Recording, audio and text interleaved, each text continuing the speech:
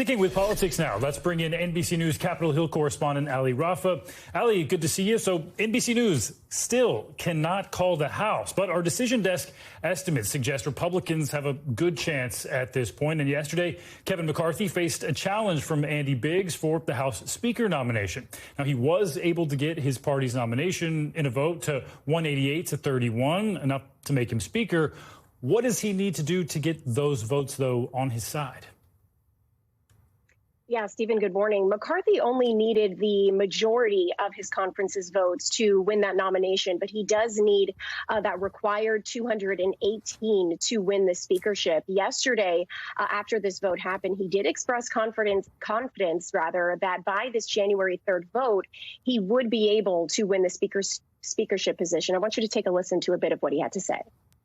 If you look at the last two speakers, Paul Ryan, he had at this time had 43, lost 43 votes. Nancy Pelosi had 32 votes and no one was running against her at that time. Look, we have our work cut out for us. So either we're going to lead as a team or we're going to lose as individuals. And I think at the end of the day, we will lead as a team.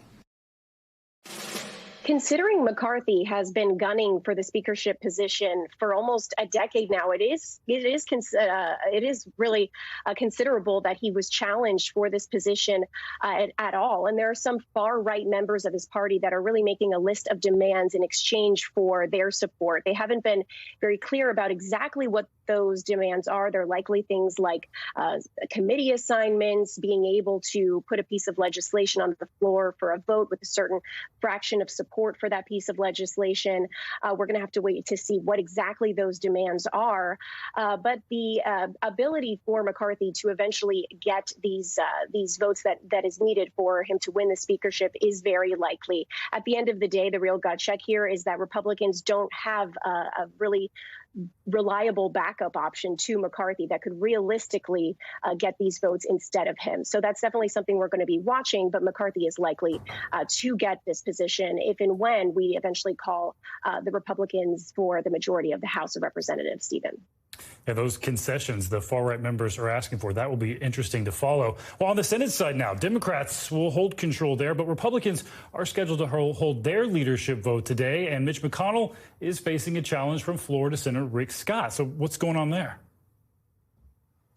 Yeah, so during this closed-door party meeting yesterday, Senator Rick Scott, who's also the chairman of the arm of the party that's tasked with electing Senate Republicans, he announced a challenge to Senate Minority Leader Mitch McConnell. He tweeted yesterday, quote, "The status quo is broken and big change is needed. It's time for new leadership in the Senate that unites Republicans to advance a bold conservative agenda. That's why I'm running to be Senate Republican leader." A challenge like this from Scott, who is pretty much on the opposite side of the spectrum from McConnell and has publicly challenged him and his legislation in the past, was somewhat expected, especially after last week we saw this group of Republican senators call for these elections that are set to happen today to actually be postponed until after the December 6th Georgia Senate runoffs.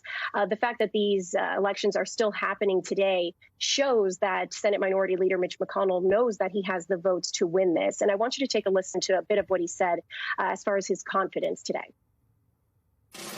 I think the outcome is pretty clear. I want to repeat again. I have the votes. I will be elected. Again, the gut check here is Rick Scott may have announced a challenge to McConnell. It is definitely the most significant in his 15 years in this position, but the likelihood that Rick Scott could usurp McConnell in this position is very unlikely, Stephen. Long way to go still for that midterm drama. All right, Allie, thank you. Thanks for watching our YouTube channel. Follow today's top stories and breaking news by downloading the NBC News app.